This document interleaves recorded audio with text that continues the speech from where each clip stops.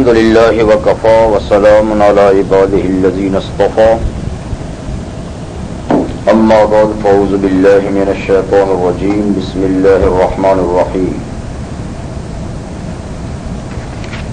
يا أيها الذين آمنوا أنفقوا من طيبات ما كسبتم ومما أخرجنا لكم من الأرض ولا تيمموا الخبيث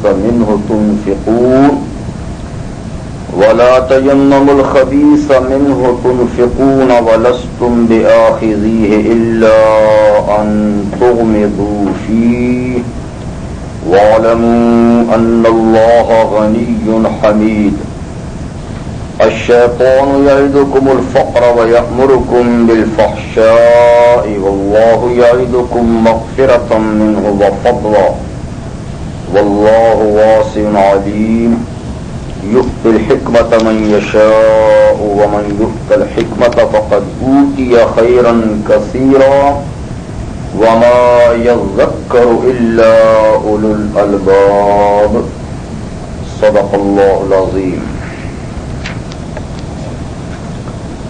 البقرہ کا 37واں رکوع تلاوت کیا گیا، اس کی 3 ابتدائی آیات، اور انشاءاللہ یہ پورا رکوع بھی تلاوت ہوگا. 36ویں رکوع سے انفاق فی سبیل اللہ اور اس کی قبولیت کی شرائط اور اس کے ثواب کے برباد ہونے کے جو اسباب ہیں ان کو حق تعالی شانہ نے مثالوں کے ذریعے سے واضح فرمایا.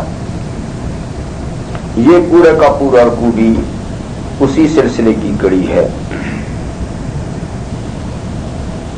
انفاق کے سلسلے میں باقی باتیں ساری کی ساری اس رکوع میں ہوں گی. پہلی آیہ کریمہ کا شان نزول یہ ہے کہ زکوٰۃ کا فریضہ جو عائد کیا گیا تو یہ سن 3 ہجری میں ہوا ہے. یعنی زکوٰۃ نماز کی طرح فرض تو شروع ہی میں ہوئی تھی جب حضور صلی اللہ علیہ وسلم مکہ میں تھے، لیکن زکوٰۃ کی مکمل تفصیلات کہ کن کن اموال میں زکوٰۃ ہے اور کتنی مقدار پہ زکوٰۃ ہے اور کن لوگوں کو زکوٰۃ دی جائے، یہ ساری تفصیلات مدینہ طیبہ جانے کے بعد ہجرت کے 3رے سال طے ہوئی. اسی لیے کہا جاتا ہے کہ زکوٰۃ 3رے سال فرض ہوئی، یعنی اس کی تمام تفصیلات 3رے سال میں آئیں، جس میں جنگ احد ہوئی تھی، شراب حرام ہوئی تھی، تو اسی سال میں زکوٰۃ کی تفصیلات بھی ہوئیں. حضرت براء رضی اللہ تعالیٰ عنہ فرماتے ہیں کہ جب زکوٰۃ فرض ہوئی یعنی اس کی تفصیلات، تو مدینہ منورہ کے باشندے اکثر زراعت پیشہ تھے. جیسے مکہ کے لوگ اکثر تجارت پیشہ تھے، تو مدینہ کے اکثر لوگ مسلمان زراعت پیشہ تھے، جن ان کے باغات تھے، کھیتیاں تھیں. تو زکوٰۃ فرض ہونے کے بعد عموماً ایسا ہوتا تھا کہ لوگ کچھ ردی سا مال زکوٰۃ میں پیش کر دیتے تھے، یعنی بیکار سا معمولی قسم کا مال جو ہے وہ زکوٰۃ میں دے دیا کرتے تھے. اس پر یہ آیہ کریمہ نازل ہوئی اور حق تعالیٰ شان نے فرمایا کہ اللہ کے لیے جو مال خرچ کرتے ہو وہ عمدہ مال ہونا چاہیے. یا ایھا الذین آمنوا، اے ایمان والو، انفقوا من طیبات ما کسبتم، خرچ کرو پاک اور عمدہ وہ جو تم کماتے ہو. تو اپنی کمائی میں سے عمدہ اور پاکیزہ مال یعنی اللہ کے نام پر خرچ کرو، ردی اور بیکار قسم کا مال خرچ نہ کرو. تو اس لحاظ سے طیبات کا معنی ہوگا اعلیٰ قسم کا، عمدہ قسم کا. لیکن بعض حضرات فرماتے ہیں کہ طیبات سے مراد حلال ہے، یعنی اللہ کے لیے جو خرچ کرو تو یہ دیکھو کہ جو خرچ کرتے وہ حلال ہے یا نہیں. تو حلال مال اللہ کے نام پر خرچ کرو. تو بہرحال حلال کا خرچ کرنا بھی ثواب کے لیے ضروری ہے، کیونکہ حرام مال کا تو کوئی ثواب نہیں بلکہ الٹا اس کے خرچ کرنے پہ عذاب کا اندیشہ ہے. لیکن اس کا یہ معنی بھی ہے جیسے کہ شان نزول میں ہے کہ آدمی کے پاس اگر مختلف قسم کے مال ہوں تو اللہ کے لیے جو حصہ اس میں سے نکالے وہ اچھے قسم کا ہونا چاہیے. اگر کسی کے پاس اچھا اور غیر اچھا یعنی عمدہ اور ردی دونوں قسم کے مال ہیں اور پھر وہ اللہ کے نام پر ردی دیتا ہے اور عمدہ کو پاس رکھتا ہے تو یہ بات غلط ہے, ایسا نہیں ہونا چاہیے. ہاں کسی کے پاس اگر اچھے قسم کا ہے ہی نہیں, اس کے پاس سارا مال ہی ایسا ہے جو ردی قسم کا ہے, تو پھر اگر وہ اس میں سے خرچ کرتا ہے تو کوئی بات نہیں, اس کو اتنا ہی ثواب ملے گا جس طرح کے اعلیٰ قسم کے مال کے خرچ کرنے کا ثواب ملتا ہے, کیونکہ اس کے پاس مال ہی تو وہی ہے, لیکن بشرطے کہ وہ ردی بھی حلال ہو, حرام نہ ہو. علماء نے اس آیہ کریمہ سے یہ بات بھی استنباط کی ہے, نکالی ہے, من طیبات ما کسبتم, خرچ کرو پاک حلال اور عمدہ وہ مال جو تم کماتے ہو. تو ایک تو یہ کہ اس سے مراد وہ مال ہے جو آدمی محنت سے کماتا ہے, روپیہ اور پیسہ وغیرہ, کیونکہ مال دو طرح کے ہیں, ایک وہ مال جو سونے چاندی اور کرنسی سے تعلق رکھتا ہے اور ایک وہ مال ہوتا ہے جو زمین سے پیدا ہوتا ہے, جیسے پھل ہوتے ہیں, سبزیاں ہوتی ہیں اور اناج ہوتا ہے. تو یہاں دونوں کا ذکر ہے, اس لیے کسب سے مراد ہے وہ مال جو کھیتوں اور باغ سے نہیں حاصل ہوتا بلکہ دوسرے ذرائع سے حاصل ہوتا ہے, اور جو کھیتوں سے حاصل ہوتا ہے وہ ایک مستقل چیز ہے. اور کسب تم سے یہ بھی استنباط کیا گیا ہے کہ آدمی کے لیے جائز ہے کہ وہ اپنی اولاد کا مال کھائے اور خرچ کرے, یعنی اپنے کسب سے مراد اپنی محنت کا مال بھی ہے اور کسب تم سے مراد اولاد کی محنت کا مال بھی ہے, کیونکہ پیغمبر کریم صلی اللہ علیہ وسلم کا ارشاد ہے کہ اپنی اولاد کا مال بھی کھاؤ کیونکہ وہ اولاد بھی تمہارا کسب اور تمہاری کمائی اور تمہاری محنت کا نتیجہ ہے. جیسے اور مال تمہاری محنت کا نتیجہ ہے تو اولاد کا مال بھی تمہارے لیے حلال ہے, اس لیے کہ اولاد بھی تمہاری محنت کا نتیجہ ہے. تو خود اولاد بھی ما کسب تم میں داخل ہے.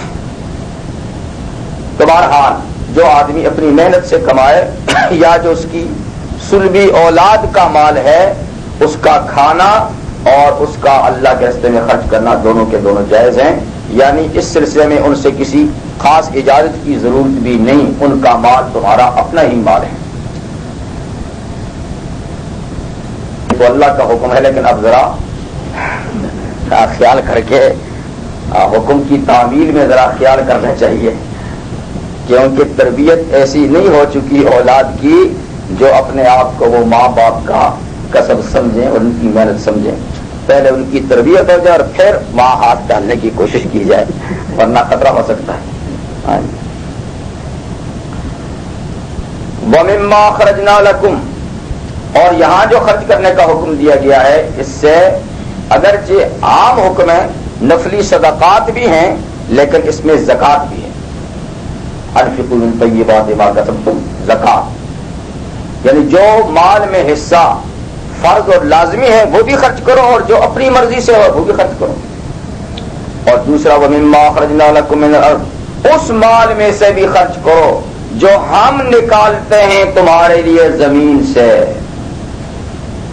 دیکھیے پہلے کے لیے کہا جو تم کماتے ہو اور دوسرے کے لیے کہا ہم نکالتے ہیں تمہارے لیے, دونوں میں فرق ہے. حالانکہ وہ جو ہم کماتے ہیں وہ بھی تو اللہ کا دیا ہوا ہے.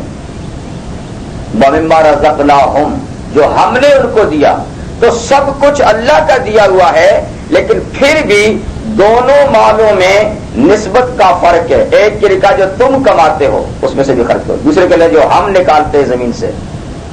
حالانکہ دیکھیں تو وہ بھی اللہ کا دیا ہوا ہے اور یہ بھی اللہ کا دیا ہوا ہے, اور جہاں تک محنت کا تعلق ہے تو آدمی محنت اس کے لیے بھی کرتا ہے، اس کے لیے بھی کرتا ہے، لیکن دونوں محنتوں میں بڑا فرق ہے۔ زمین اور باغات سے جو پیداوار ہوتی ہے اس میں آدمی کی محنت برائے نام ہوتی ہے، باقی سارا معاملہ اللہ تعالیٰ کے ہاتھ میں ہے، اور دوسرے جو مال کماتا ہے اس میں کچھ آدمی کی محنت زیادہ ہوتی ہے، بس اتنا سا فرق ہے۔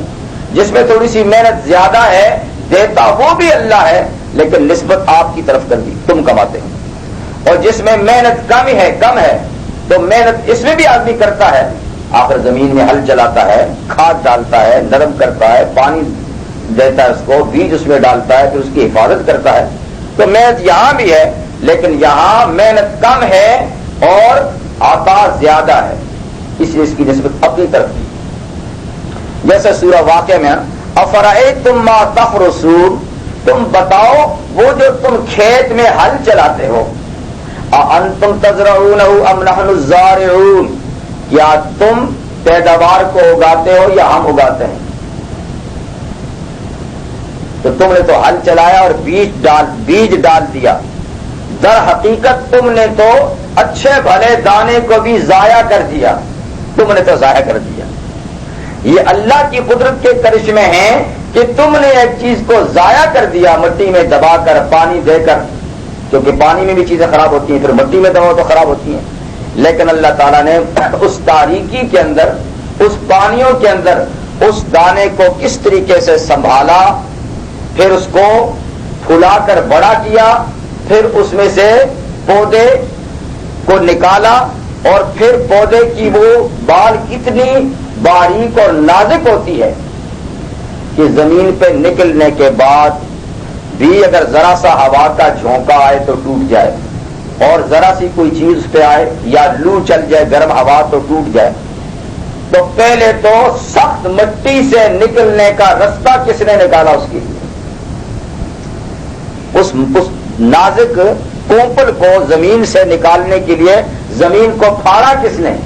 اس کو رستہ اللہ تعالیٰ نے، اور پھر اس کو اوپر سنبھالا، اور پھر کرتے کرتے بڑا ہوا، پھر اس میں اور دانے لگے، تب کہیں جا کر آپ کو محنت کا پھل ملا۔ تو جو ہم نے تمہارے لیے زمین سے نکالا اس میں سے بھی خرچ کرو۔ زمین کی پیداوار سے جو چیز خرچ کی جاتی ہے وہ بھی زکوٰۃ کی ایک قسم ہے، لیکن نام کا فرق ہے۔ آپ سامان تجارت، سونا چاندی یا دوسری جو سکے ہیں، ان میں جو زکوٰۃ دی جاتی ہے اس کا نام ہے زکوٰۃ، اس کا نام ہے زکوٰۃ، لیکن زمین کی پیداوار سے جو زکوٰۃ دی جاتی ہے اس کا نام ہے عشر۔ بس اصطلاح کا فرق ہے، یہ بھی لازمی ہے وہ بھی لازمی ہے، اس کی بھی حدود ہیں کہ اتنی رقم ہو جائے تو زکوٰۃ ہے، اس سے کم نہیں، اور اتنی ہو جائے تو پھر اتنی زکوٰۃ ہے۔ تو زمین کی پیداوار جو ہے اس میں بھی مقررہ شرح ہے جس پہ عشر یا نصف عشر ہوتا ہے۔ اس میں امام ابو حنیفہ رحمہ اللہ ماں کے عموم سے یہ استدلال کرتے ہیں کہ جتنی بھی پیداوار ہو زمین سے اور جس قسم کی بھی پیداوار ہو زمین سے اس میں سے عشر نکالنا چاہیے، اور عشر کا لزوم سورہ انعام میں آیہ کریمہ ہے وَآتُوا حَقَّهُ يَوْمَ حَصَادِهِ، کہ عشر کب نکالیں؟ آتُوا حَقَّهُ، زمین کی پیداوار کا حق دو، یوم حصادی، کٹائی کے دن۔ تو باقی اموال تجارت کے لیے تو سال گزرنے کے بعد زکوٰۃ لاگو ہوتی ہے، لیکن زمین اور باغات کی پیداوار پر جب بھی پیداوار کٹنے کے قابل ہو جائے اور کٹ جائے، پھل چنے جائیں، کھیت کٹ جائیں، تو اس کی پیداوار پر جو لاگو ہے عشر وہ سب دیا جائے گا۔ تو امام صاحب فرماتے ہیں کہ زمین کی پیداوار میں ہر تھوڑی یا زیادہ پیداوار میں عشر ہے، یعنی جتنی پیداوار ہوئی ہے اس کا 10واں حصہ بطور زکوٰۃ نکالے اور 9 حصے آپ کے ہیں۔ باقی دیگر ائمہ اس کے اندر کچھ اور شرائط بھی لگاتے ہیں، لیکن اس کی تفصیل کی یہاں ضرورت نہیں ہے، ہماری کون سی یہاں پر زمینیں ہیں، تو لہذا جہاں کسی کی زمین یا باغ ہو تو مسائل کی تفصیل وہ علماء سے پوچھ سکتا ہے۔ عشر کے بارے میں اتنی بات ضرور جان لیں کہ عشر کا معنی تو ہے 10واں حصہ، لیکن ہر زمین پہ 10واں حصہ نہیں، بعض زمینوں کی پیداوار پر 20واں حصہ ہے، اس کو بھی نصف عشر کہتے ہیں۔ یعنی زمین کی پیداوار اگر زمین مسلمان کی ہے تو بعض زمینوں میں 10واں حصہ، بعض میں 20واں حصہ، لیکن بعض زمینوں میں عشر نہیں، خراج ہے۔ خراج کا معنی ٹیکس، لگان، مالیہ۔ اس کی تفصیل بھی یہاں بتانے کی کوئی خاص ضرورت نہیں کہ کون سی زمینیں خراجی ہیں اور کون سی عشری ہیں۔ بہرحال مسلمان کی زمین جو اسے وراثتاً ملتی چلی آئی یا اس نے خریدی ہے وہ عشری ہوتی ہیں، اور جو کافر ذمی مسلمانوں کے ملک میں رہتے ہیں تو ان کی زمینوں پر ٹیکس ہوتا ہے، اس کو خراج کہتے ہیں۔ ان کی مال تجارت پہ بھی ٹیکس ہوتا ہے۔ مسلمان کے مال تجارت پہ اسلامی حکومت میں ٹیکس نہیں، زکوٰۃ ہے، اور ان کی زمینوں میں عشر ہے۔ غیر مسلموں کی آمدنی پر ٹیکس ہے اور ان کی زمینوں پر بھی ٹیکس ہے۔ تو نصف عشر یعنی 20واں حصہ ان زمینوں پہ ہے کہ جن میں محنت زیادہ ہوتی ہے، یعنی جن زمینوں کو آپ کنویں سے پانی دیتے ہیں، ٹیوب ویل لگائے ہیں، یا جن کے لیے آپ نے باقاعدہ نہر کھود کے لائی ہے اور اس نہر سے آپ پانی دیتے ہیں، تو چونکہ ان زمینوں میں محنت زیادہ ہے لہذا ان کی پیداوار پر زکوٰۃ کم ہے، 20واں حصہ ہے۔ لیکن جو زمینیں ایسی نہیں ہیں، بارانی ہیں، بارش سے سیراب ہوتی ہیں، آپ کو پانی پلانے کی، پانی دینے کی کوئی ضرورت نہیں ہوتی، تو ان کی پیداوار میں 10واں حصہ ہے۔ تو یہ بات تھوڑی سی ذہن میں رہے۔ اے ایمان والو، خرچ کرو پاک اور حلال وہ چیز جو تم نے کمائی، اور اس چیز میں سے جو ہم نے نکالی تمہارے لیے زمین سے۔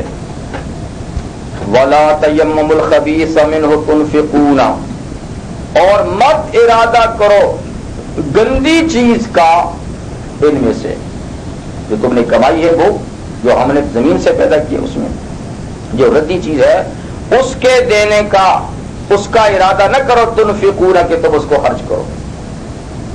کیوں؟ وَلَسْتُمْ بِآخِذِيهِ، اور تم خود بھی تو یہ چیزیں نہیں لیتے ہیں۔ اگر تمہارا کسی پہ حق ہو اور وہ تمہیں اس قسم کا ردی مال پیش کرے، کھوٹے سکے تمہیں دے دے یا ردی پیداوار زمین کی دے، تو تم بھی تو نہیں لیتے ہو۔ الا ان تغمضوا فی، مگر یہ کہ اس کے لینے میں تم چشم پوشی کرو، آنکھیں بند کر لو، تو بات الگ ہے، لیکن کھلی آنکھ سے تم کسی سے اپنا حق وصول کرتے وقت ناکارہ چیز نہیں لیتے ہو۔ تو جب تم نہیں لیتے ہو اپنے حق میں یہ چیز، تو پھر اللہ کے لیے کیوں دیتے ہو؟ وَاعْلَمُوا، اور جانو، ان اللہ غنی حمید، بے شک اللہ غنی ہے، اللہ تعالیٰ غنی ہے، ان کو تو تمہارے اموال کی سرے سے ضرورت ہی نہیں ہے۔ یہ جو مطالبہ ہے یہ بھی تمہارے فائدے کے لیے ہے، تو یہ ایسا ہی سمجھو کہ تمہارے جیب سے نکال کے تمہارے جیب میں ڈال دیا، ایسا ہی سمجھ لو، تم سے لیا اور تمہیں دیا، تمہارا فائدہ ہے۔ تو اللہ غنی ہے، حمید اور تعریفوں والا ہے، لہذا جب اس کے نام پر کوئی چیز دو، وہ چیز واجب زکوٰۃ ہے یا غیر واجب صدقات ہیں، تو عمدہ سے عمدہ چیز دو۔ یہ تو دینے والے کو حکم ہے، لیکن وصول کرنے والے کے لیے کیا حکم ہے؟ یہ آپ کو معلوم ہونا چاہیے کہ اسلامی حکومت کے فرائض میں اور ڈیوٹی میں یہ شامل ہے کہ باقاعدہ وہ زکوٰۃ کا نظام قائم کرے، نماز کا نظام، زکوٰۃ کا نظام، امر بالمعروف، نہی عن المنکر، یہ 4 پوائنٹ ہیں۔ یہ اسلامی حکومت اس وقت اسلامی حکومت نہیں ہو سکتی جس کے اندر یہ 4 چیزیں نہ ہوں، یعنی باقاعدہ اچھے کاموں کی ترغیب کا ایک محکمہ ہو، اور باقاعدہ منکرات کو روکنے کے لیے بھی ایک محکمہ ہو، جس کو محکمہ احتساب کہتے ہیں۔ اب تو احتساب ہے لیکن وہ کسی اور کام کے لیے ہے، لیکن اصل میں احتساب کا محکمہ جو پرانا اسلامی حکومتوں میں چلا آیا ہے، احتساب کا یہ معنی ہے کہ برائیوں کو سر نہ اٹھانے دیا جائے اور نیکیوں کو پھلتے پھولتے رہنے کے لیے مواقع فراہم کیے جائے، یہ احتساب کی اصل ذمہ داری ہے۔ تو نظام صلاۃ، نظام زکوٰۃ، نظام احتساب، تو اس میں زکوٰۃ کا نظام ایک باقاعدہ. پھر زکوٰۃ کی وصولی میں یہ اسلامی حکومت کی ذمہ داری اتنی ہے کہ جو مال زائر ہیں اس کو گورنمنٹ وصول کرے گی، لیکن جو مال زائر نہیں ہے اس کی چھان بین کا اختیار بھی حکومت کو نہیں ہے. یعنی کچھ مال کا ایسا حصہ بھی ہے جو آدمی اپنی مرضی سے کسی مستحق کو دے، لیکن کچھ ایسا حصہ ہے جو گورنمنٹ وصول کر کے گورنمنٹ خود اس کو مستحقین تک پہنچائے. تو ایک اموال ظاہرہ، ایک اموال باطنہ. تو یہ روپیہ، پیسہ، سونا، چاندی یہ اموال باطنہ ہے. اس کا سب کو پتہ نہیں ہوتا کسی کے پاس کتنے پیسے ہیں، کتنا بیلنس ہے. لیکن زمین سے جو پیداوار ہوتی ہے، باغوں سے جو ہوتی ہے، یہ اموال ظاہرہ ہے. یا کسی کے پاس جانور ہیں اس مقدار میں کہ جن پر زکوٰۃ لازم ہوتی ہے تو وہ اموال ظاہرہ ہے. تو حکومت کا فرض اتنا ہی ہے کہ وہ بینکوں سے کٹوتی نہ کرے. اب تو انہوں نے دوسری چیزیں چھوڑ دی، جو ان کو کرنی چاہیے وہ چھوڑ دی ہیں، جو نہیں کرنی چاہیے وہ کرتے ہیں. اور پھر کرتے بھی مرضی سے ہیں اور پھر دیتے بھی مرضی سے ہیں. تو سارا نظام ایسے ہی ہے. تو حکومت کی ذمہ داری ہے کہ روپیہ پیسے کو نہ چھیڑیں. مال تجارت دکانوں میں جو ہے اس کا حساب لوگ خود کریں اور خود دیں. ہاں زمین کی پیداوار سے جانوروں کی زکوٰۃ یہ وصول کرے. اس سلسلے میں قانون یہ ہے جب حکومت وصول کرے تو نہ تو اعلیٰ مال لے نہ گھٹیا لے، درمیانہ لے. جب گورنمنٹ کا آدمی زکوٰۃ وصول کرنے کے لیے جائے تو اس کے لیے شرعی حکم کیا ہے؟ بڑھیا بھی نہ لے، گھٹیا بھی نہ لے، درمیانہ لے. لیکن زکوٰۃ دینے والے کو حکم یہ کہ وہ بڑھیا دے. دینے والا جو خود مالک ہے اس کو چاہیے کہ اعلیٰ سے اعلیٰ دے. گورنمنٹ کا فرض ہے کہ وہ درمیانی سطح کا وصول کرے.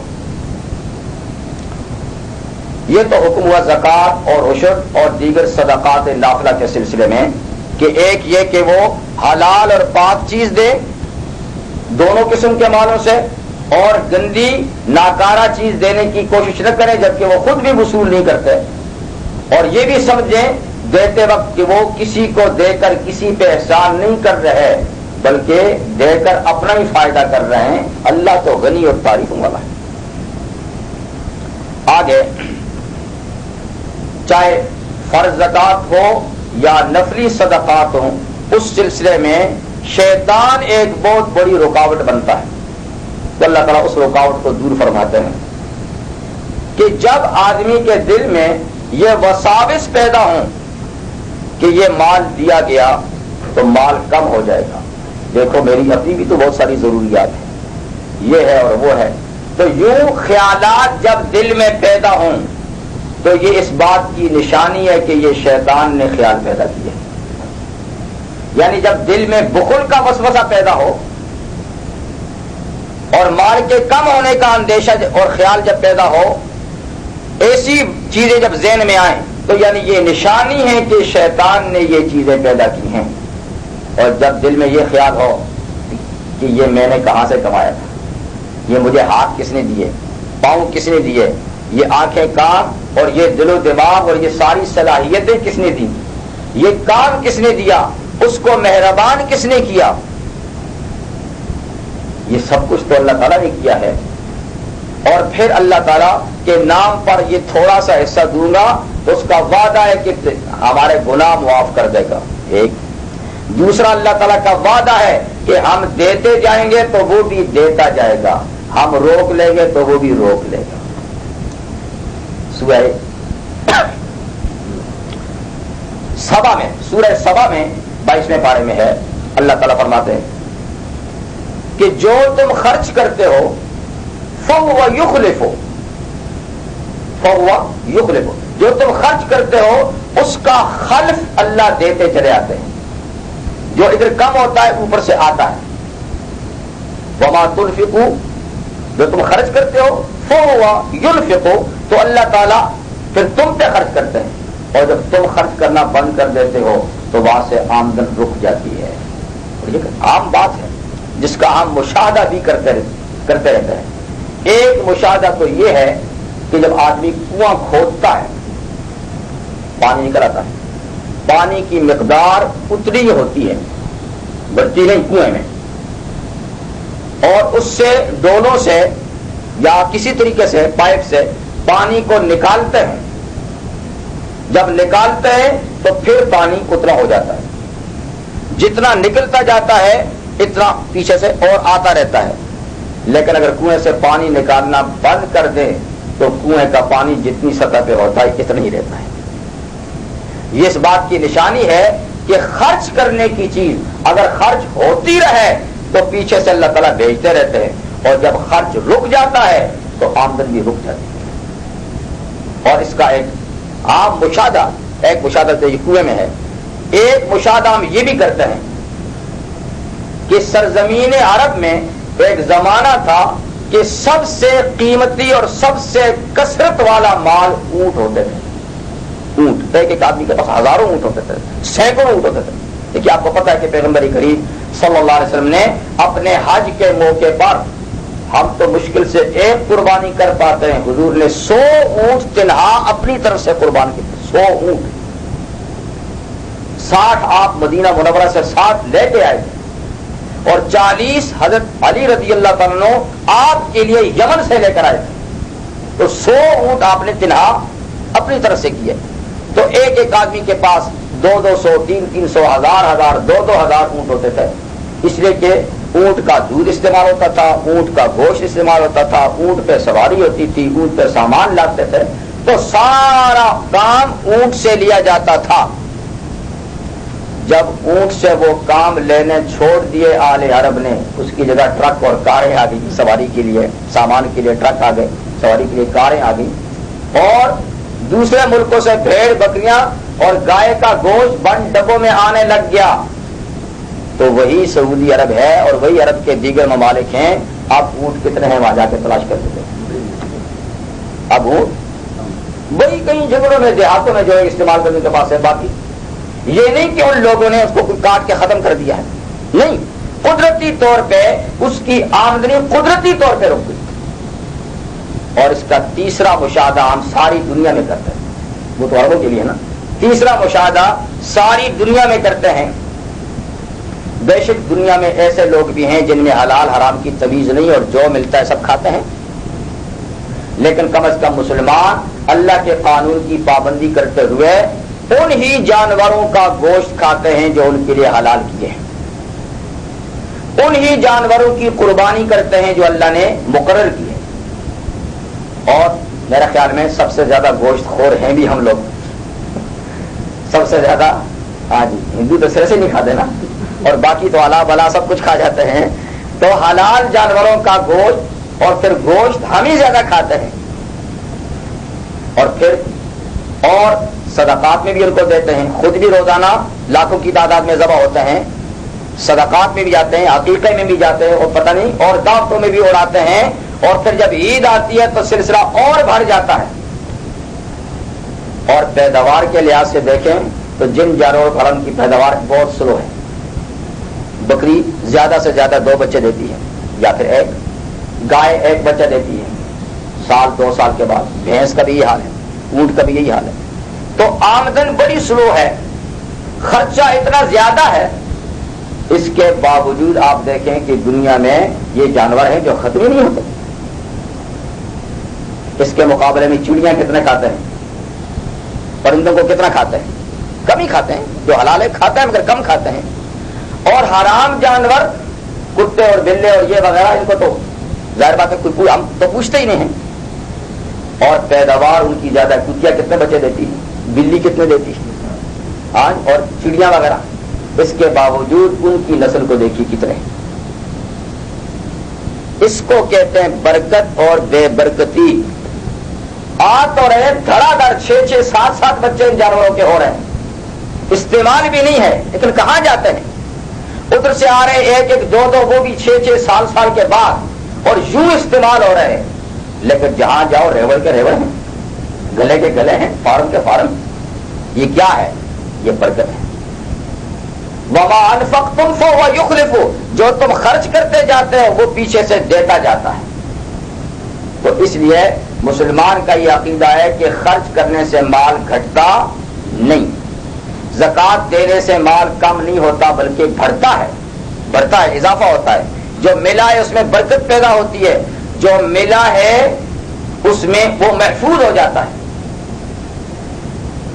تو لہذا اس طرف کو جب یہ خیال پیدا ہوں تو سمجھے کہ یہ رحمانی خیال دل میں آ گیا کہ مال دوں گا اللہ اور دے گا، اور مال میں اللہ برکت دے گا، مال سے اللہ میرے گناہ بخش دے گا، مال خرچ کروں گا لوگوں کے دلوں میں بھی میری محبت پیدا ہوگی، لہذا خرچ کرو. یہ خیال اللہ کی طرف سے آتا ہے. اور خرچ کروں گا تو کم ہو جائے گا، میری اپنی بہت ساری ضروریات ہیں، میرے اپنے بھی تو بچے ہیں، میرا اپنا بھی تو خاندان ہے، ان پہ کون سا خرچ کرتا ہے. لیکن یہ خیال آ جائے تو فرمایا اللہ تعالیٰ کی یہ شیطانی ہے. الشیطان یعدکم الفقر ویأمرکم بالفحشاء، شیطان تم سے وعدہ کرتا ہے محتاج ہو جانے کا. میاں صبر کے رہے، تھوڑا تھوڑا خرچ کر، غریب ہو جائے گا. وَيَأْمُرُكُمْ بِالْفَحْشَاءِ، اور تمہیں بے حیائی کا حکم دیتا ہے، زکوٰۃ مت دے، صدقات مت دے. دیکھیں یہ خود کیوں نہیں کماتا، یہ ہٹا کٹا ہے، خود کیوں نہیں کماتا، کیوں دیتا ہے اس کو؟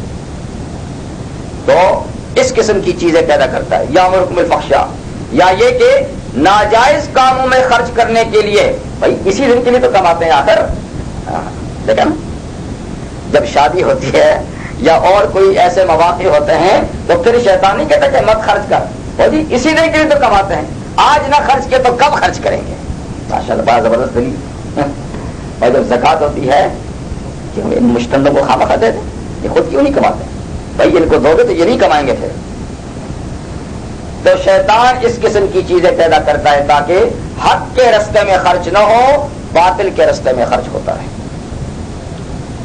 اور واللہ یعدکم مغفرۃ منہ وفضلا، اور اللہ تم سے وعدہ کرتا ہے کہ تم نے میرے بتائے ہوئے رستے میں خرچ کیا زکوٰۃ اور صدقات تو مغفرۃ، ایک تو یہ کہ میں تمہارے گناہ معاف کر دوں، مغفرۃ بخشش کا، تمہیں بخش دوں گا، تمہارے بعض گناہ معاف کر دوں گا جو صدقات اور زکوٰۃ سے معاف ہونے کے قابل ہیں. وفضلا، اور فضل کا بھی وعدہ کرتا ہے کہ اور دوں گا، فضل اور دوں گا، گناہ معاف کروں گا اور مزید دوں گا، یہ میرا وعدہ ہے. اور اس کا ہے کہ فقیر ہو جاؤ گے اور پھر کل شادی میں تم لوگوں سے مانگتے پھرو گے، شادی میں مانگتے پھرو گے، یعنی اس کے لیے اکٹھا کرو، فلاں کام کے لیے مانگتے پھرو گے، فلاں کام کے لیے مانگتے پھرو گے. واللہ واسع علیم، اللہ تو بڑی وسعتوں والے، بڑی کشائش والے ہیں، اس کے خزانے میں تو کوئی کمی ہی نہیں. علیم، پر وہ دینے والے کی نیت کو بھی جانتے ہیں کہ وہ خرچ کس نیت سے کرتا ہے، اس کے مقاصد کیا ہے، ارادے کیا ہے. یہ ساری چیز کہ کہاں خرچ کریں اور کہاں نہ، اس کا تعلق ہے صحیح علم اور معرفت سے. جو آدمی صحیح علم اور معرفت الہی سے بیگانے ہیں ان کو کوئی پتہ نہیں کہ کہاں خرچ کریں، بے محال خرچ کرتے ہیں. اور جو اللہ تعالیٰ کی معرفت رکھتے ہیں اور علم دین سے بہرور ہیں انہیں پتہ ہے کہ کہاں خرچ کرنا اور کہاں نہیں. یؤتی الحکمت من یشاء، یہ سمجھ کی بات، یہ حکمت اور دانش کی بات اللہ تعالیٰ جس کو چاہتے ہیں دیتے ہیں. یعنی برے بھلے کی یہ تمیز، جائز ناجائز، حرام حلال کی تمیز اور خرچ کے موقع محل کی تمیز، یہ حکمت سے تعلق ہے اس کا. اور حکمت اللہ جس کو چاہتے ہیں دیتے ہیں. یؤتی الحکمت من یشاء، حکمت کے کئی معنی ہیں لیکن اس کا یہاں یہ معنی ہے کہ اللہ تعالیٰ سمجھ جس کو چاہتے ہیں دیتے ہیں. تو جس کو اللہ تعالیٰ سمجھ، تو حکمت کیا ہے؟ وَمَن یُؤْتَ الْحِکْمَةَ فَقَدْ أُوتِیَ خَیْرًا کَثِیرًا، جس شخص کو یہ سمجھ دے دی گئی اس کو بہت بھلائی سے نواز دیا گیا. تو حکمت گویا ساری بھلائیوں کا سرچشمہ ہے. حکمت ملنا کیا ہے؟ اللہ کی طرف سے ساری بھلائیاں اور خیر کا ملنا ہے. جیسے حکمت کے اور معنی بھی ہیں، حکمت کا معنی نبوت بھی ہے، جیسے ابھی حضرت داؤد علیہ السلام کے ذکر میں گزر چکا ہے کہ اللہ تعالیٰ نے اس جہاد میں کامیابی کے بعد ان کو حکومت بھی دی والحکمت، اور حکمت یعنی نبوت دی. اور قرآن مجید میں کہیں حکمت کا لفظ سنت کے لیے بھی آیا ہے. یعلمہم الکتاب والحکمہ، کہ پیغمبر اسلام صلی اللہ علیہ وسلم لوگوں کو کتاب یعنی قرآن حکمت یعنی اپنے ارشادات سناتے ہیں. تو پیغمبر کی تعلیمات بھی سنت بھی حکمت ہے، نبوت بھی حکمت ہے، اور ایسا علم جس سے انسان کھڑے کھوٹے کو معلوم کرے، جائز و ناجائز کی تمیز حاصل ہو، اس کا نام بھی حکمت ہے. تو جس کو حکمت دے دی گئی، ایسی سمجھ دے دی گئی، فقد اوتی خیرا کثیرا، اس کو خیر کثیر دے دی گئی. تو یہ حکمت پورے کمال کے ساتھ تو پیغمبر کو حاصل ہوتی ہے. پیغمبر کی ذات سراپا حکمت ہوتی ہے. جب پیغمبر سب سے بڑے حکیم ہیں اور سب سے زیادہ حکمت ان کو حاصل ہے، تو آپ پیغمبر صلی اللہ علیہ وسلم کی سیرت میں ذرا دیکھیں کہ رحمت عالم صلی اللہ علیہ وسلم کا معاملہ اموال کے ساتھ کیسا تھا، مال کے ساتھ. تو پہلی بات تو یہ ہے کہ آپ یتیم پیدا ہوئے اور آپ کے والد عین جوانی میں انتقال کر گئے تھے. انہوں نے بھی کوئی سرمایہ پیچھے چھوڑا نہیں تھا، بس ایک باندھی تھی حضرت ام ایمن رضی اللہ تعالیٰ عنہ، اور کچھ تھوڑا سا سرمایہ، بالکل معمولی سے سرمایہ تھا جو وراثت میں آپ کو ملا، اور کچھ بھی نہیں تھا. تو اللہ تعالیٰ اپنے اس احسان کو بیان کرتے ہیں سورہ ضحیٰ میں کہ اے پیغمبر ہم نے آپ پر کچھ احسان کیے ہیں. ایک یہ الم یجد کا یتیمن فآوا، کیا ہم نے آپ کو یتیم نہیں پایا تھا؟ پھر ہم نے کتنا اچھا ٹھکانہ دیا. جو آپ کے سرپرست تھے ان کے دلوں میں آپ کی اتنی محبت اور عظمت پیدا کر دی کہ انہوں نے اپنی اصل اولاد سے بھی بڑھ کے آپ کو پالا. حضرت حلیمہ کے ہاں گئے تو سر آنکھوں پہ بٹھایا گیا. یہاں دادا جان تھے، سر آنکھوں پہ بٹھایا.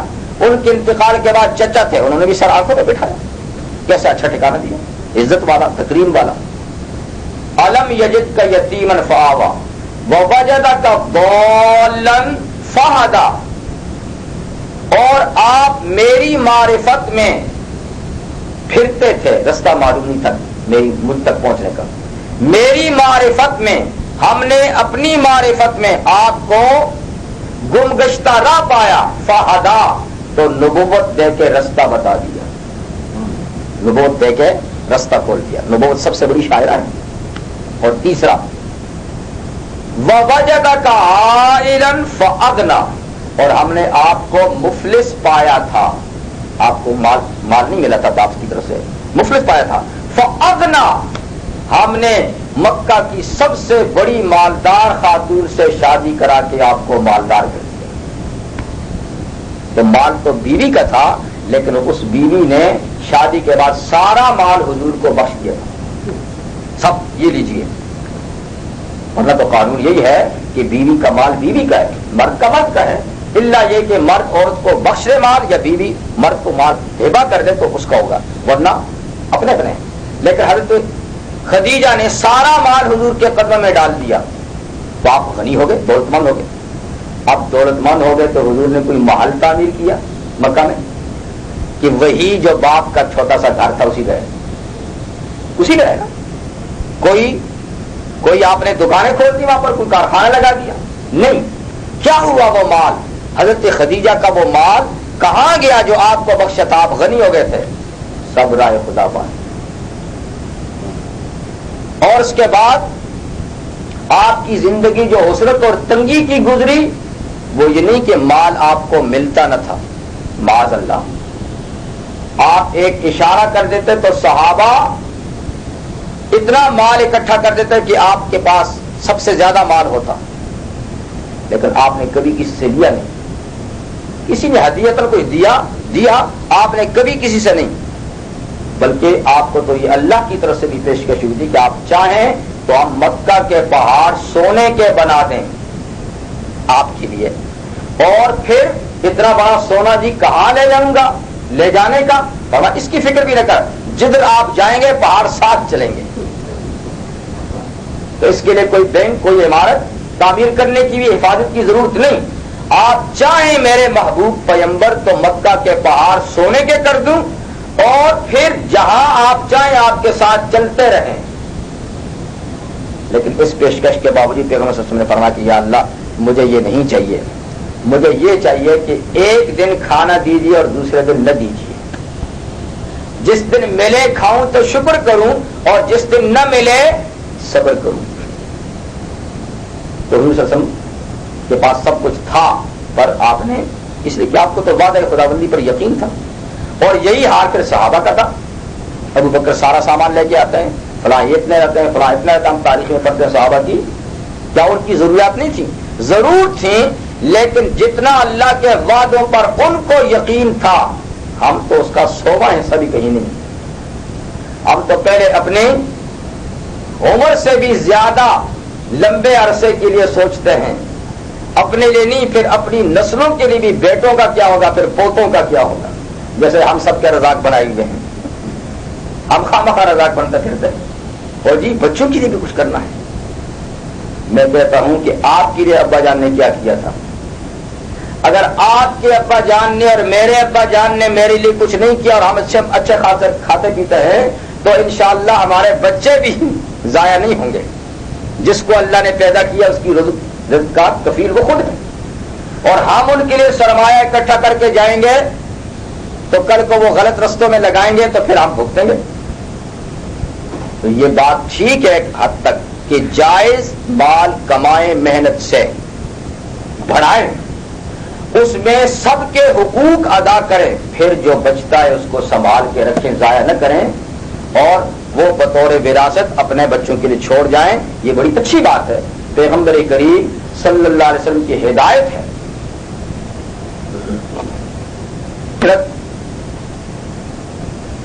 سعد ابن ابی وقاص رضی اللہ تعالیٰ عنہ، یہ حضور صلی اللہ علیہ وسلم کے رشتے کے ماموں بھی ہیں، حقیقی ماموں رشتے میں۔ حجۃ الوداع میں سفر میں بھی شریک تھے، رستے میں یہ بیمار ہو گئے اور بہت سخت بیمار ہو گئے، تو ان کی عیادت کے لیے حضور صلی اللہ علیہ وسلم گئے، جس قافلے میں یہ تھے آپ وہاں گئے، تو انہوں نے عرض کی کہ حضور میں بیمار ہوں اور میری بیماری جس حد تک پہنچ چکی ہے آپ کے سامنے، یعنی ہو سکتا ہے کہ میں چل بسوں۔ اگر تم ٹھیک ہو گئے تھے پھر حضور کے بعد زندہ رہے اور پھر بہت بڑے ان کی طویل زندگی گزری، لیکن اس وقت شدید بیماری، تو میری شدید بیماری آپ کے سامنے ہے اور میں بہت مالدار بھی ہوں، اور حضور آپ کو پتہ ہے کہ میری صرف ایک بیٹی ہے، اس کے بعد پھر اللہ تعالیٰ نے اور بھی اولاد دی ان کو، صحت کے بعد ایک بیٹی ہے، تو کیا میں 2/3 مال اللہ کے راستے میں صدقہ کر دوں، یعنی ایک چھوڑ دوں 2 کر دوں؟ حضور نے فرمایا کہ یہ بہت زیادہ ہے، دیکھیے یہ بہت زیادہ ہے۔ تو انہوں نے کہا پھر حضور آدھا مال چھوڑ دوں اور آدھا خیرات کر دوں؟ آپ نے فرمایا یہ بھی بہت زیادہ ہے۔ پھر انہوں نے کہا کہ پھر ایسا کروں کہ 2/3 چھوڑ دوں، 1/3 خرچ کر ڈالوں اپنی زندگی میں؟ حضور نے فرمایا یہ 1/3 بھی زیادہ ہے، لیکن اگر آپ چاہتے ہیں تو 1/3 تک صدقہ کر کے خیرات کر دیں۔ پھر حضور نے فرمایا کہ دیکھ سعد، تو اگر اپنی اولاد کو مالدار چھوڑ کے دنیا سے جائے یہ اس سے اچھا ہے کہ تو ان کو محتاج چھوڑ کے جائے اور وہ لوگوں کے سامنے ہاتھ پھیلاتے پھرے۔ دیکھیں حضور نے فرما دیا کہ اس حد تک جائز مال میں ان کے لیے سب کچھ کر کے جانا ہے، یہ غلط سے۔ تو جس کو حکمت دی گئی، یعنی یہ فکر سوچ دی گئی، تو اس کو خیر کثیر دی۔ وما یذکر الا اولو الالباب، اور نصیحت حاصل نہیں کرتے مگر عقل مند لوگ۔ تو آپ اس سے اندازہ لگائیں کہ عقل مند وہ نہیں جن کو ہم عقل مند سمجھتے ہیں، جو خود کو عقل مند سمجھتے ہیں۔ قرآن کی اصطلاح میں عقل مند وہ ہیں جن کو اللہ تعالیٰ نے حکمت دی اور خیر کثیر دی۔ تو وہ عقل مند کون ہیں؟ جو دنیا سے زیادہ عقبہ کو سوچتے ہیں، جو یہاں کے فوائد سے زیادہ اس کے فوائد کو سوچتے ہیں، جو یہاں کے نقصان کی پرواہ کم اور وہاں کے نقصان کی پرواہ زیادہ کرتے ہیں، تو یہ ہیں عقل مند دراصل۔ آگے حق تعالیٰ شانو فرماتے ہیں کہ تم جس طرح کا جو مال اور جس طرح کا مال بھی خرچ کرو گے، اچھا یا برا، نیک نیتی سے یا بدنیتی سے، ریاض کے لیے ریا کے ساتھ یا اخلاص کے ساتھ، صدقے کے طور پہ یا زکوٰۃ کے طور پہ، سب کچھ اللہ کے علم میں ہے. تم جیسا خرچ کو کرو گے ایسا ہی بدلہ ملے گا. وما انفقتم من نفقۃ، اور جو کچھ بھی تم خرچ کرو گے، نفقہ یعنی خرچ کرنے کی چیز، اور نظرتم من نظر، یا جو بھی تم نظر مانو گے کوئی نظر کی چیز، فإن اللہ یعلم، تو اللہ جانتے ہیں یہ نظر صحیح ہے یا غلط ہے، پوری کی ہے پوری نہیں کی، اور مال کیسا دیا کیسا نہیں دیا، یہ سب کچھ اللہ تعالیٰ کو پتا ہے. جیسے کرو گے ویسا بھرو گے. وما للظالمین من انصار، اور بے انصاف لوگ یعنی جو مالی حقوق میں کوتاہی کرتے ہیں، زکوٰۃ صدقات نہیں دیتے، یہ ظالم ہیں. اور ظالموں کے لیے مال الظالمین من انصار، ظالموں کے لیے کوئی بھی مددگار نہیں، پھر ان کی کوئی مدد نہیں کرے گا. جو اللہ کے حقوق ادا نہ کر کے ظلم کا ارتکاب کرے گا تو اللہ تعالیٰ کی طرف سے اس کو کوئی مددگار نہیں ہوگا. نفقے کے ساتھ یہاں نظر کا لفظ بھی آیا، اور نظر بھی عبادات میں سے ایک عبادت ہے جس کے جائز بھی طریقے ہیں اور ناجائز بھی ہیں. نظر اصل میں کہتے ہیں کسی غیر لازمی عبادت کو اپنے اوپر لازم کر دینا، یا کسی شرط کے ساتھ یا بغیر کسی شرط. نظر کس کو کہتے ہیں؟ یعنی جو چیز اللہ کی طرف سے آپ پہ لازم نہیں، آپ خود اس کو اپنے اوپر لازم کر رہے ہیں. اب لازم کر رہے ہیں، اس کی دو صورتیں، یا کسی شرط کے ساتھ یا بغیر کسی شرط کے. تو پہلی بات تو یہ جانیے کہ نظر صرف اس عبادت کی مانی جا سکتی ہے جس کی کوئی مثال شریعت میں موجود ہو. جو عبادات شریعت میں عبادت کے طور پہ معروف نہیں، ان کی نظر بھی نہیں. ٹھیک، جیسے روزے کی نظر ہو سکتی ہے، مال کی نظر ہو سکتی ہے، نماز کی نظر ہو سکتی ہے. اور پھر یہ کہ وہ چیز لازم نہ ہو، اگر وہ ویسے ہی فرض ہے تو پھر وہ اس کی نظر نہیں ہو سکتی. جیسے آپ کہیں کہ میرا یہ کام ہو گیا تو میں زور کی نماز پڑھوں گا، یا میرا یہ کام ہو گیا تو میں رمضان کے روزے رکھوں گا، وہ تو آپ نے ویسے بھی رکھنا ہے. زور کی نماز تو آپ نے پڑھنی ہے.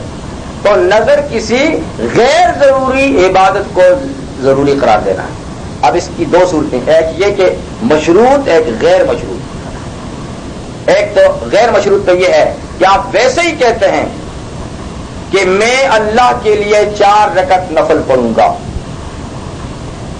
تو نفل آپ ویسے بھی پڑھتے ہیں، لیکن اب آپ نے یہ 4 رکعت اپنے اوپر لازم کر دیے کہ مجھ پر اللہ کے لیے 4 رکعتیں پڑھنی لازم ہیں. آپ اس کے لیے دن مقرر کرتے ہیں یا نہیں کرتے؟ دن مقرر نہیں تو کبھی بھی کر سکتے ہیں. دن مقرر ہے تو اس مقررہ وقت میں اس کو نظر معین کہتے ہیں، اور وقت مقرر نہیں تو نظر غیر معین ہے، جب چاہیں کر لیں.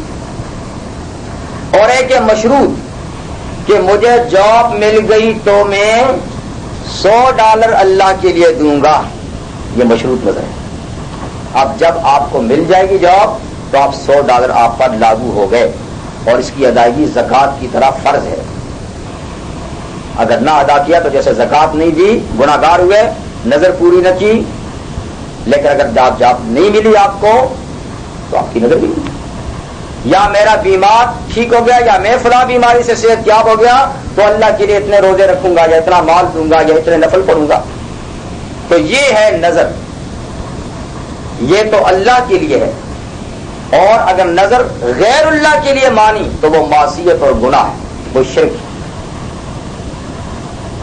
کہتا ہے کہ مجھے کام مل گیا یا اس تجارت میں مجھے نفع ہوا تو میں فلاں بابے کے مزار پہ جھنڈا ڈالوں گا یا چادر ڈالوں گا، یا ان کے مزار پہ اتنے پیسے دوں گا ملنگوں کو، یا پکڑے گا.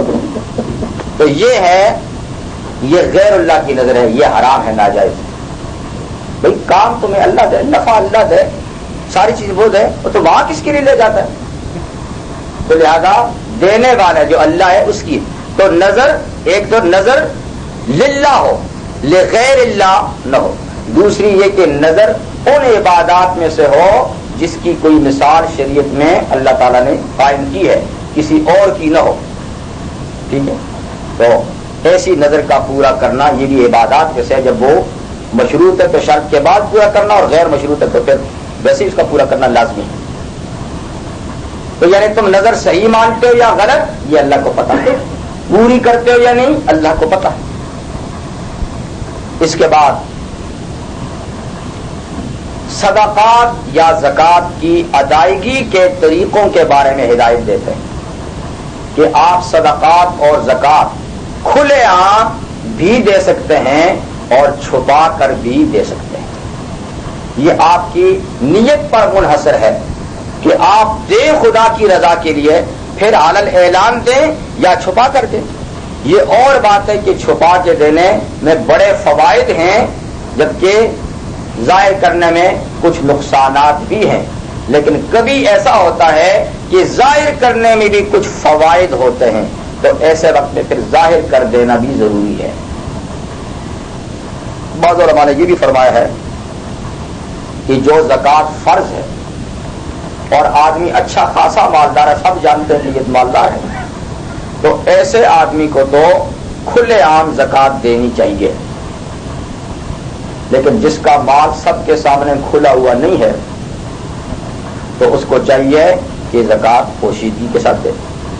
عام صدقات میں تو یہ ہے کہ وہ پوشیدہ ہی طور پہ دیے جائیں، لیکن زکوٰۃ کے بارے میں یہ ہے کہ وہ ایک فریضہ ہے. جیسے نماز کھلے عام پڑھتے ہیں ہم فرض نماز، ایسے وہ بھی جیسے نفلی نمازوں میں کہ جتنا چھپ کے پڑھیں گے، جتنا اخفاء سے پڑھیں گے اچھا ہے، لیکن فرض نمازیں تو با جماعت اور مسجد میں علل اعلان پڑھنی ہے.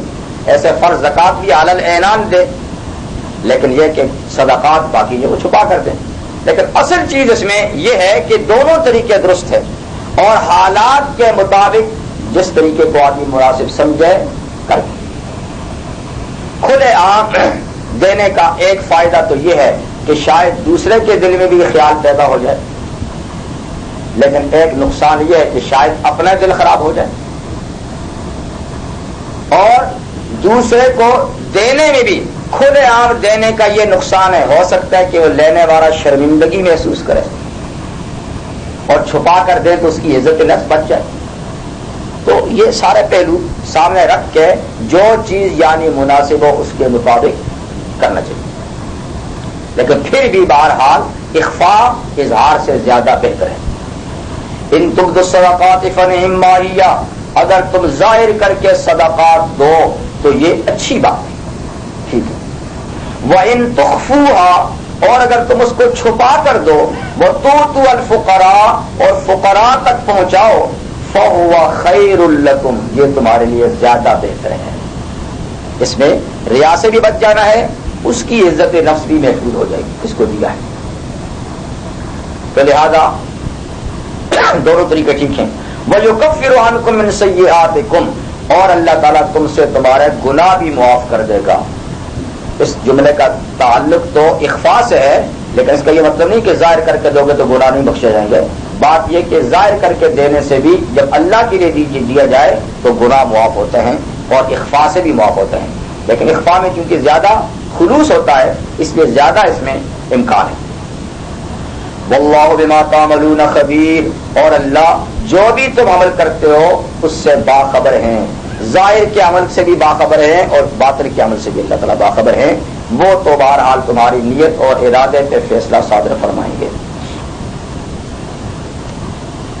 پیغمبر کریم صلی اللہ علیہ وسلم نے شروع میں یوں اعلان فرمایا تھا کہ صدقات صرف مسلمانوں کو دیے جائیں اور غیر مسلموں کو صدقات نہ دیے جائیں. یعنی مسلمان اپنے صدقات مسلمانوں ہی کو دیں، غیر مسلموں کو نہ دیں. اس پر اللہ تعالیٰ نے یہ آیت نازل فرمائی اور حکم دیا کہ کفر اور اسلام، ہدایت اور گمراہی کا تعلق مجھ سے ہے، آپ سے نہیں ہے. اور یہ تو ایک معاشرتی چیز ہے، اس کو آپ عقیدے کے ساتھ اور عمل کے ساتھ بند نہ کریں، بلکہ یہ احسان پوری انسانیت کے لیے جاری و ساری رکھیں. جب یہ آیت نازل تو پیغمبر کریم صلی اللہ علیہ وسلم نے فرمایا تصدقوا علی اہل ادیان کلھا، تمام مذاہب والوں پر صدقہ کرو. تمام مذاہب والوں پر صدقہ کرو، کیونکہ یعنی ہدایت دینا نہ دینا یہ میرا کام ہے، کون ہدایت کے قابل ہے کون نہیں ہے، آپ کی تو یہ ذمہ داری نہیں، آپ پیغام پہنچائیں، وہ مانتے نہیں مانتے، اور یہ معاملات یہ تو انسانیت سے تعلق رکھتا ہے، اس کو آپ صرف مذہب تک محدود نہ رکھیں، دوسرے مذاہب والوں تک بھی اس کا اثر پہنچنے دیں۔ لیکن یاد رکھیے کہ دوسرے مذاہب والوں پہ صدقے سے مراد کون سا صدقہ ہے؟ فرض زکوٰۃ غیر مسلم کو دینی جائز نہیں، فرض زکوٰۃ جو ہے عشر اور زکوٰۃ وہ غیر مسلم اس کا مصداق نہیں، غیر مسلم اس کا مستحق نہیں، غیر مسلم پہ دینے سے وہ ادا نہ ہوگی۔ لیکن فرض زکوٰۃ اور عشر کے علاوہ باقی نفلی صدقات ہوں یا واجبی صدقات ہوں، واجبی صدقہ فطر ہے یا آپ نے نظر مانی ہے پیسوں کی، تو یعنی وہ نفلی ہیں یا غیر نفلی واجب ہیں، زکوٰۃ کے علاوہ وہ سب کے سب دوسرے مذاہب کے مستحقین کو بھی دے سکتے ہیں، دوسرے مذاہب کے مستحقین کو بھی دے سکتے ہیں، لیکن دوسرے مذاہب میں سے ایک مستثنا ہے، یعنی وہ کافر جو آپ سے برسر پیکار ہیں، آپ سے لڑ رہے ہیں، آپ سے کھلم کھلا دشمنی کا اعلان کیا ہوا ہے، ان کو نہیں دے سکتے، ان کو نفلی صدقہ بھی نہیں دے سکتے۔ کوئی کیسے دے سکتا ہے؟ وہ تو ہم سے لڑ رہے ہیں، وہ تو ہمارے خون کے پیاسے ہیں، اس کو کہتے ہیں کافر حربی، یعنی جنگجو کافر، بحالت جنگ جو کافر ہیں ان کے ساتھ صدقات نہیں دیے جا سکتے، لیکن جو جنگجو نہیں ہیں، امن پسند ہیں، یا خود آپ کے ملک میں رہ رہے ذمہ ہیں یا دوسرے ملکوں میں ہیں لیکن وہ آپ کے ساتھ لڑائی میں، آپ کے ساتھ جنگ میں نہ تو خود شامل ہیں اور نہ دوسروں کے ساتھ معاونت کرتے ہیں، تو پھر ان کو آپ یہ تمام صدقات زکوٰۃ کے علاوہ یہ نہیں دے سکتے ہیں۔ لیس علیک ھداھم، آپ کے ذمے اے پیغمبر صلی اللہ علیہ وسلم، آپ کے ذمے نہیں ہے ھداھم، ان کو ہدایت دینا، جن کافروں کو آپ کہتے ہیں کہ صدقہ نہ دو تاکہ وہ مسلمان ہو، نہیں، آپ کے ذمے ان کو مسلمان کرنا، ان کو ہدایت دینا نہیں، ولیکن اللہ یہدی من یشاء، لیکن اللہ جس کو چاہتا ہے ہدایت دیتا ہے۔ یہاں ہدایت کا مطلب کیا ہے؟ اس کو مسلمان کرنا۔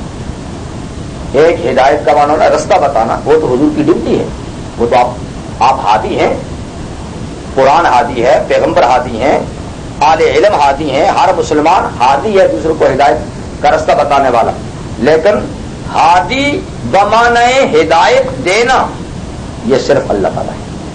تو اللہ ہدایت دیتے جس کو چاہتے ہیں، یعنی مسلمان کرتے جس کو چاہتے ہیں، تو لہذا آپ اس وجہ سے یہ امتیاز ان کے ساتھ نہ برتیں۔ وما تنفقوا من خیر فلانفسکم، اور جو بھی تم خرچ کرتے ہو من خیر مال فلانفسکم، یاد رکھو وہ خود تمہارے لیے ہے۔ جیسے میں نے پہلے کہا تھا کہ وہ یوں ہی سمجھو کہ تمہارے ہی ایک جیب سے نکال کے تمہارے دوسرے جیب میں کئی گنا کر کے ڈال دیا جائے۔ تو کوئی کہے آپ بھائی $1 دو، میں ابھی ابھی آپ کے دوسرے جیب میں اس کے $100 کر کے ڈالتا ہوں، تو تڑپ کر خوشی سے کہیں گے 100 کیوں لیتے ہو میاں، یہ 1000 لو۔ بڑی خوشی سے آپ تھمائیں گے کہ بھئی یہ تو ہمیں ہی دے گا، ہمیں ہی دے گا، پھر اتنا بڑھا کے۔ تو اللہ تعالیٰ فرماتا ہے میں جو تمہیں کہتا ہوں نا زکوٰۃ صدقے کا، وہ بھی میرے کھاتے میرے اکاؤنٹ میں نہیں آئے گا، فلانفسکم، وہ تمہارے اکاؤنٹ میں جائے گا۔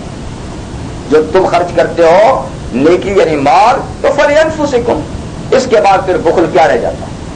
حماقت ہی ہے۔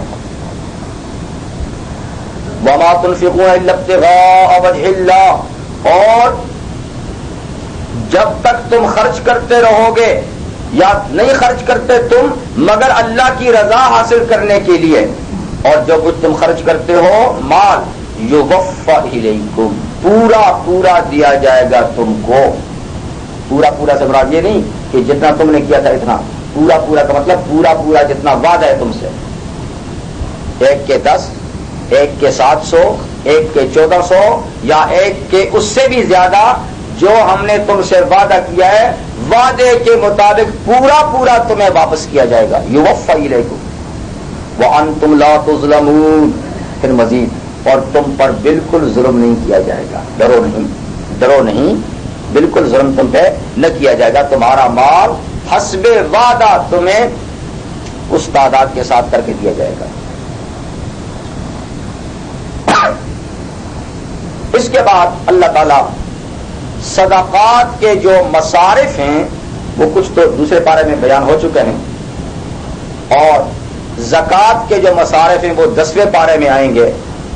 عام صدقات کے ایک مصرف وہ ہے جس کو اس یہاں پر بیان کیا گیا ہے، اور یہ ایسا مصرف ہے کہ عام طور پہ لوگ اس کو مصرف نہیں سمجھتے، اس لیے اللہ تعالیٰ نے خاص توجہ دلائی ہے کہ اور تو کئی مستحق ہوں گے، تم ان کو پہچانتے بھی ہوں گے، وہ اپنی شناخت بھی کرا دیں گے، لیکن یہ بھولے بھالے لوگ، یہ سیدھے سادے لوگ، عزت نفس رکھنے والے لوگ یہ اپنی شناخت بھی نہیں کرائیں گے، تم بھی ان کو دیکھ کے پہچان نہیں سکو گے، اس لیے ایسے لوگوں کو تلاش کر کے ان پہ خرچ کرو۔ یہ کون ہیں؟ یہ آیت کریمہ پیغمبر کریم صلی اللہ علیہ وسلم کے طالب علموں کے بارے میں، حضور صلی اللہ علیہ وسلم کے جو طالب العلم تھے نا، ایسے تو آپ کے سارے ہی طالب علم تھے صحابہ کرام، لیکن وہ اور کام بھی کرتے تھے اور طلب علم بھی کرتے تھے، جیسے آپ حضرات تھے، کام بھی کرتے ہیں اور درس بھی لیتے ہیں، لیکن کچھ ایسے لوگ بھی تھے جو کچھ کام نہیں کرتے تھے اور ان کے سارے اوقات طلب علم میں صرف ہوتے تھے، یعنی انہوں نے نہ شادی کی تھی نہ کوئی اور ان کے فرائض تھے، بس انہوں نے اپنے آپ کو علم سیکھنے کے لیے وقف کیا ہوا تھا اور وہ مسجد نبوی میں ہی رہتے تھے، ان کے کوئی خاص ہاسٹل تو نہیں تھا، لیکن مسجد نبوی کے پیچھے ایک چھوٹا سا چبوترا بنایا ہوا تھا جس کو عربی میں صفہ کہتے ہیں، چبوترا، اوپر کوئی تھوڑی سی چھان کی چھت تھی، نیچے مٹی کا فرش تھا، اس کے نیچے یہ لوگ اکٹھے ہوتے تھے، یہ مختلف اوقات میں مختلف تعداد میں تھے، لیکن کل تعداد اصحاب صفہ کی 400 ہے، یعنی یہ طلباء کبھی کم کبھی زیادہ ہوتے تھے، لیکن ٹوٹل ان کی تعداد 400 یعنی حضور کے مدرسے یا اسکول یا کالج یا یونیورسٹی جو بھی آپ کہیں اس کے طالب علم تھے جو باقاعدہ ہاسٹل میں رہتے تھے صفے کے نیچے، ان کا اور کوئی کام نہیں تھا، 2 کام تھے، جب حضور کہیں جہاد پہ بھیجتے تو چلے جاتے اور جہاد سے واپس آئے تو اس چبوترے کے نیچے بیٹھ کے قرآن اور حدیث حاصل کرتے، یہ ان کا کام تھا، کسی سے مانگتے نہیں تھے، جیسے بھیک مانگنے والوں کی عادت ہوتی ہے، کسی سے بھوک سے تڑپ جاتے تھے لیکن نہیں مانگتے تھے۔ انہی اصحاب صفہ میں حضرت ابو ہریرہ رضی اللہ عنہ ہیں جو سب سے بڑے شیخ الحدیث ہیں، سب سے زیادہ حدیث ان سے بڑے، وہ بھی اس چبوترے والوں میں سے۔ تو اللہ تعالیٰ نے ان لوگوں کی طرف خاص طور پہ توجہ دلائی کہ اور مستحقین، یتیموں کو تو تم جانتے ہو، مساکین بھی تمہیں پتہ ہے، بیواؤں کا بھی تمہیں پتہ ہے، اور مستحقین کا بھی، اور یا وہ خود دروازے پہ آ کر کہتے ہیں میں غریب ہوں، میں یتیم ہوں، میں مسکین ہوں، میں مستحق ہوں، پر یہ تو بیچارے کہیں نہیں جاتے۔ للفقراء الذین احصروا فی سبیل اللہ، زکوٰۃ اور صدقات بطور خاص، یہ لام تخصیص کا ہے، بطور خاص مستحق اس کے الفقراء، وہ ضرورت مند، وہ فقیر، وہ ضرورت مند، احصروا فی سبیل اللہ، جو اللہ کے رستے میں بند کر دیے گئے ہیں، بند کر دیے گئے ہیں یعنی خود انہوں نے اپنے آپ کو اللہ کے لیے وقف کر دیا ہے، اور کوئی کام تجارت کا، زراعت کا، ملازمت کا نہیں کرتے، احصروا جو بند کر دیے گئے ہیں، روک دیے گئے ہیں اللہ کے رستے میں، لا یستطیعون ضربا فی الارض، وہ نہیں چل سکتے زمین میں تجارت کے لیے، ملازمت کے لیے، زراعت کے لیے، کیونکہ ادھر جاتے ہیں تو ادھر کا کام نہیں ہو سکتا، لہذا انہوں نے ادھر کا کام چھوڑ دیا اور اس کام کو سنبھال لیا ہے، تو وہ مجبور ہے، ادھر جاتے ہیں تو اس کام میں رکھنا پڑتا ہے، یہ مکمل نہیں ہو سکتا، کیونکہ ہر کام فراغت چاہتا ہے، جب تک کسی کام کے لیے وقت فارغ نہ کیا جائے گا مکمل طور پہ اس کام میں مہارت حاصل نہیں ہو سکتی. تھوڑا بہت تو ہوگا لیکن مکمل طور پہ نہیں ہوگا. جب آدمی مکمل طور پہ کسی کام کو کرنا چاہتا ہے تو پھر اس کے لیے اس کو وقت بھی دینا ہوتا ہے. اب بات کہتے ہیں کہ جی دیکھو یہ کام کر سکتے ہیں ٹھیک ٹھاک ہیں, یہ کام نہیں کرتے, یہ طالب علم, یہ مولوی, یہ فلاں. آج بھی کہتے ہیں ہمارے یہاں کہ یہ تو بس یہ قوم پہ بوجھ بنے ہوئے ہیں, یہ تو قوم پہ بوجھ بنے ہوئے ہیں. کیا قوم پہ بوجھ بنے ہوئے ہیں؟ کیا یہ قومی کام نہیں ہے؟ قرآن سیکھنا, سنت سیکھنا اور لوگوں کے لیے مسائل اکٹھا کرنا, ان کو بتانا بھی کوئی کام نہیں ہے؟ تو وکیل کو نہیں کہیں گے یہ قوم پہ بوجھ ہے, دفتر میں بیٹھا ہوا ہے. وہ تو جتنی فیس کا کہے گا جی جی بالکل اس سے 2-4 اور لکھ لیجئے. ڈاکٹر جو ہے وہ تو قوم پہ بوجھ نہیں ہے, وہ بیٹھا ہوا ہے مدرسے, کہتے ہیں یہ تو جی اس کی محنت کا حاصل ہے, اس نے اتنا محنت کی ہے, اتنا دولت خرچ کی ہے. لیکن بیچارہ طالب علم ہو اور بیچارہ مولوی ہو تو اس کا کام جیسے کوئی کام ہی نہیں. وہ جی یہ تو قوم پہ ان کو دیتے ہو. تو اسی لیے آپ دیکھیں نا آج تک قرآن اور حدیث اور اسلامی علوم کی سرپرستی حکومتیں نہیں کر رہی, آج تک نہیں کر رہی. مسلمانوں کی حکومتیں, کالج ہیں پرائمری سے لے کر یونیورسٹی تک تعلیم گاہیں ہیں, سارے خرچے ہیں, بڑی بڑی تنخواہیں ہیں, بینیفٹس ہیں, لیکن اسلامی مدارس سارے عام مسلمانوں کے تعاون سے چلتے ہیں. یہ بھی میرے اللہ کی منشا ہے. اللہ اپنے علم اور اپنے دین کا احسان ان پہ رکھنا ہی نہیں چاہتے. اصل یہ میرے ایسے بندے کریں گے, تم نہ کہنا کہ ہم نے دین کی پشتبانی کی. تو اس لیے دین چل رہا ہے, حکومتیں نہیں کر رہی. ایک کا دکا کوئی حکومت کرتی ہو تو کرتی ہے, میں نہیں کہتا کہ سارے ہی نہیں کرتے ہیں, لیکن عام طور پہ حکومتوں کو حکومت کی سرپرستی ان کو حاصل نہیں. اور اس کے باوجود اللہ تعالیٰ کے فضل سے یہ نظام چل رہا ہے, کیونکہ نظام چلانے والے تو وہ ہیں, یہ تو رکاوٹیں پیدا کرنے والے ہیں. ہاں جی حساب دو, تم نے دیا کہ تم حساب مانگتے ہو. اب یہ حساب مانگتے ہیں, آپ حساب دیں, کہاں سے آتا ہے؟ کیا آپ مسلمانوں کے صدقات اور ان کی زکات اور ان کی عطیہ ان کا راز تمہارے سامنے پاش کریں؟ تم کچھ دو تو حساب دو نا. ساری قوم کو تم لوٹتے ہو, تم تو حساب نہیں دیتے ہو, اور وہاں بیچاروں کے پاس ہے کیا, وہ تم کو حساب کیا دیں؟ تو خیر بہرحال اللہ تعالیٰ فرماتے ہیں کہ یہ لائق توجہ ہیں, اور الحمدللہ مسلمان توجہ فرماتے ہیں. یہ زمین میں نہیں چل سکتے, یعنی یہ کام چھوڑ کے وہ کام نہیں کر سکتے, ورنہ یہ کام ادھورا رہتا ہے. یحسبهم الجاہل اغنیاء من التعفف, ناواقف لوگ, جاہل سے مراد یہاں پر جاہل علم کا جاہل نہیں بلکہ واقفیت کا جاہل, یعنی ناواقف لوگ خیال کرتے ہیں ان کے بارے میں کہ یہ مالدار ہے. یہ طالب علم مالدار کہ ان کا لباس بھی ٹھیک ٹھاک ہوتا ہے, مانگتے وہ کسی سے نہیں ہے. تو ان کے ظاہر چہرے مورے اور لباس کو دیکھ کر یعنی ناواقف لوگ سمجھتے ہیں کہ یہ مالدار ہیں. من التعفف, نہ مانگنے کی وجہ سے, کیونکہ وہ مانگتے نہیں. تعرفهم بسیماهم, لیکن اے دینے والے تو ان کو پہچان لے گا ان کی نشانیوں سے. تو جب جائے گا تو تجھے پتہ چل جائے گا کہ یہ مالدار نہیں ہے.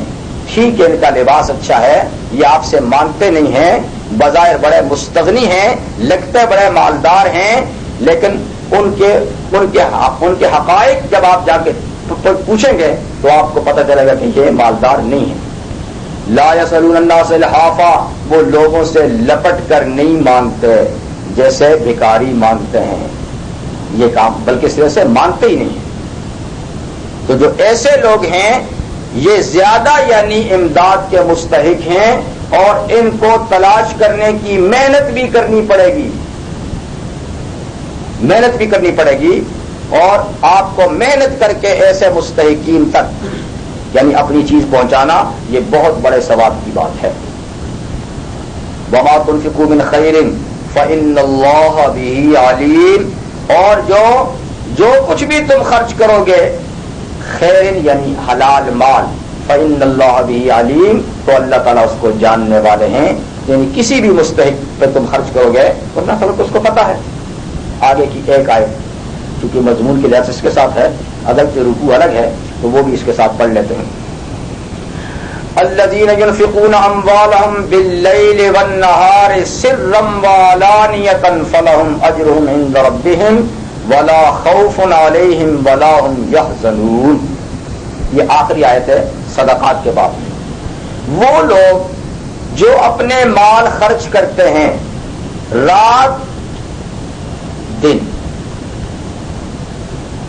اور چھپا کر اور ظاہر. رات اور دن کا معنی ہر وقت، چھپا کر اور ظاہر کر کے یعنی ہر حالت میں. یعنی وہ حالت کا بھی انتظار نہیں کرتے، وقت کا بھی انتظار نہیں کرتے. رات کو بھی خرچ کرتے ہیں، دن کو بھی خرچ کرتے ہیں. بعض روایات میں ہے کہ یہ ابو بکر صدیق رضی اللہ تعالیٰ عنہ کی شان میں نازل ہوئی ہے. اگرچہ آیات کا نزول یا صورتوں کا نزول یعنی خاص واقعے کے ساتھ نہیں ہوتا، الفاظ عام ہیں اور عام طور پہ ان کا حکم ہوتا ہے. یعنی اب بھی ایسا ہو سکتا ہے، اب بھی ایسے لوگ کرتے ہیں، اور عمومی طور پہ صحابہ کرام میں بھی ایسا ہوتا تھا. لیکن ابو بکر صدیق رضی اللہ عنہ کے بارے میں ایک خاص روایت ہے کہ ہجرت کے وقت وہ اپنے ساتھ 40,000 درہم لے کر گئے تھے جو ان کا اثاثہ تھا، اور انہوں نے اللہ کے حکم کی تعمیل میں تمام پہلوؤں سے اس مال کو خرچ کیا. 10,000 درہم راہ خدا دن کو خرچ کیے، 10,000 درہم رات کو خرچ کیے، 10,000 درہم علی الاعلان کھلے عام خرچ کیے، اور 10,000 درہم چھپا کر خرچ کیے. تو وہ اس آیت کے حکم پر انہوں نے پوری طریقے سے اپنے مال کو تقسیم کر کے خرچ کیا. دن کو بھی کیا، رات کو کیا، چھپا کر بھی کیا اور ظاہر بھی کیا.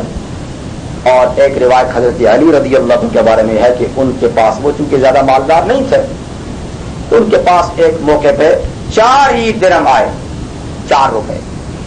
ایک درہم انہوں نے دن کو اللہ کے نام پہ خرچ کر دیا، ایک رات کو، ایک ظاہر کر کے اور ایک چھپا کر. بہرحال کم ہو یا زیادہ یہ تو اللہ تعالیٰ کی دین پہ ہے، لیکن آدمی کو چاہیے کہ جتنا بھی اللہ تعالیٰ کی طرف سے اس کو ملا ہے ہر حال میں بغیر انتظار کے، جو ہی مستحق ملے، جو ہی دین کا کوئی تقاضا سامنے آئے، تب یہ نہیں کہ رمضان المبارک میں خرچ کرنے کا ثواب زیادہ ہے اور میں جیب میں رکھ دوں کہ رمضان میں خرچ کروں گا، اور مستحق ابھی تڑپ رہا ہے، یا چھپا کے خرچ کرنے کا ثواب زیادہ ہے اور ایک مریض تڑپ رہا ہے اور لوگ بھی کھڑے ہیں تیمارداری کے لیے، میں جی تو سب کے سامنے نہیں دیتا، میرے پاس دوائی ہے یا پیسے ہیں دوائی کے لیے، جب یہ لوگ چلے جائیں گے تو پھر دوں گا، میاں جب اس کی سانس نکل جائے گی پھر اس کو دے گا.